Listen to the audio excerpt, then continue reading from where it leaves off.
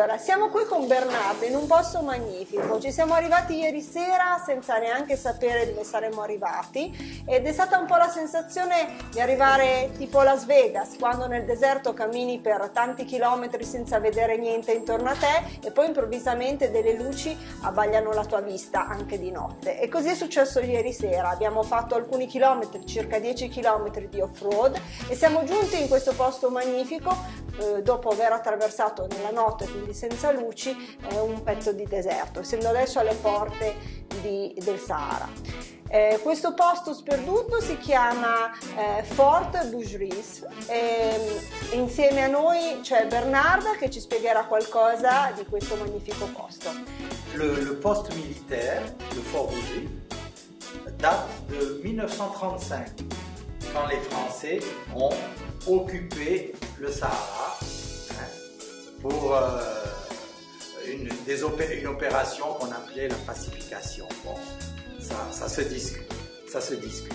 Alors, à l'époque, c'est-à-dire avant l'indépendance du Maroc, ici, c'était la France, et de l'autre côté de l'Oued Noun, qui s'appelle Oued Noun, c'était l'Espagne. Ah. Puisque Sidi Ifni et toute la région de Sidi Ifni était une enclave espagnole. Voilà.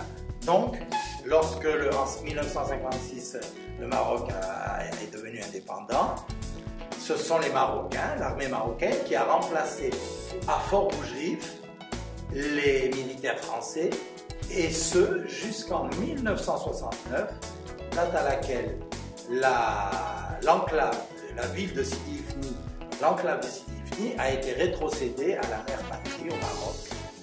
Voilà, 1900. Donc ce n'est pas très vieux, que c'est indépendant. Quindi questo posto prende il nome dal forte che si trova qua vicino. Exactement, exactement. Parce qu'ici, sur cette grande place où vous avez dormi là, c'était l'aérodrome. Ah, l'aerodrome.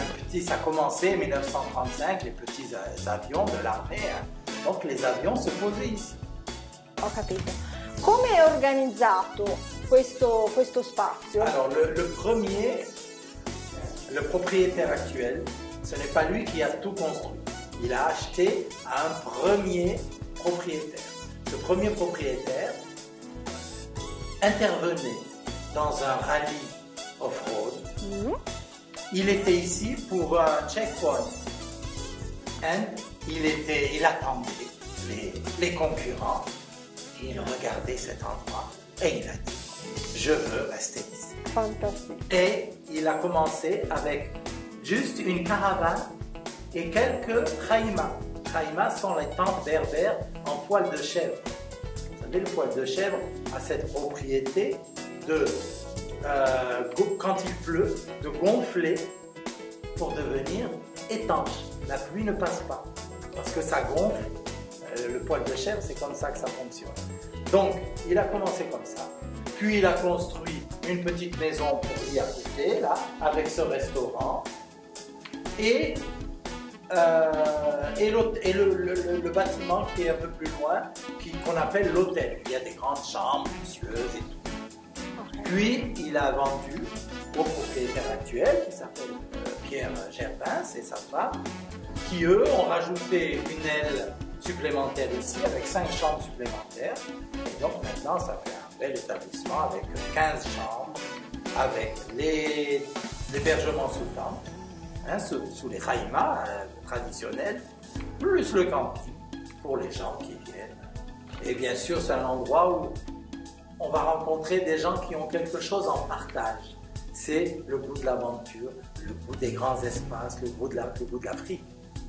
Ce que vous n'allez pas trouver ça dans les campings, dans les villes où les gens sont entassés, surtout pendant l'hiver où il y a beaucoup de retraités français, italiens, anglais qui viennent ici pour passer l'hiver parce qu'il fait bon, ils sont bien, ils sont mieux qu'en Europe avec la pluie et la neige. Fantastico, ma c'è anche, abbiamo visto, una sala molto grande che ha un nome particolare, che ricorda una storia, la storia di una regina, vero? Voilà, alors cette deuxième grande salle de restaurant où on installe les groupes qui sont constitués, qui ont envie d'être ensemble, eh bien, ça s'appelle donc Malika Nouna, du nom d'une reine chrétienne qui a gouverné ici pendant plusieurs dizaines d'années dans la région de l'Oued Noun. L'ultima cosa, l'ultima domanda. So che tu sei un'espertissima guida di questa area del sud e segui tutti i fuoristradisti, tutti gli appassionati, i nostri amici appassionati che desiderano venire qua nel sud a fare un giro, si possono affidare a lui che vi può far conoscere dei posti molto belli. Puoi suggerire dei posti qui intorno da visitare insieme a te molto interessanti? Bien sûr. Alors ici, bien entendu, la plupart des personnes qui voyagent en 4x4 viennent ici chez nous parce que nous sommes à la porte de la plage blanche. La plage blanche, c'est ces grandes plages où on roule au bord de l'eau, sur la plage, avec les milliers de goélands argentés qui s'envolent à notre approche et devant lesquels les gens ont pu rêver quand ils regardaient les grands rallyes africains comme le Dakar, qui malheureusement maintenant s'est déplacé en Amérique du Sud.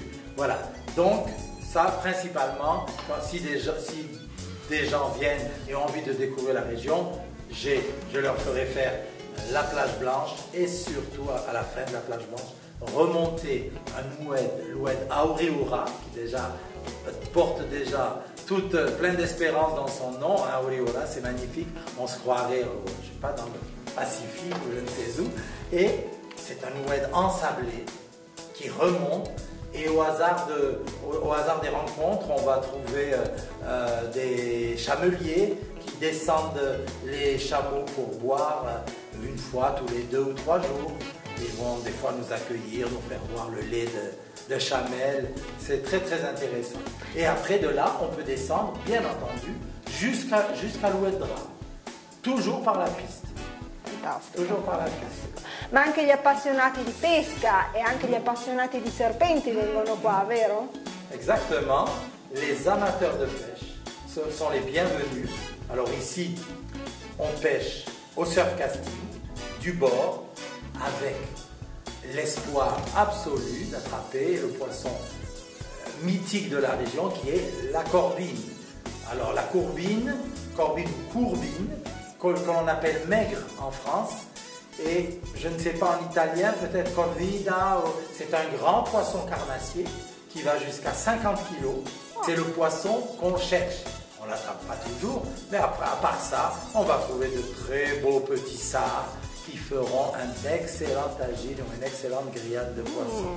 Quant aux serpents, que les amateurs qui malheureusement n'ont que l'habitude de les voir en vivarium chez eux, viennent nous voir, je leur donnerai un guide qui est exceptionnel, qui va les emmener chercher et j'espère trouver des cobras et des vipères heurtantes qui sont des animaux, pas trop dont il faut se méfier parce que ce ne sont pas des animaux très très sympathiques dans leur finalité, mais qu'il est tellement agréable pour des scientifiques de voir dans leur milieu naturel, de voir vivre dans leur milieu naturel. Fantastico, voilà. Fantastico.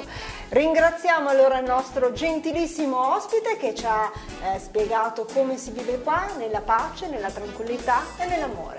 A presto! Merci.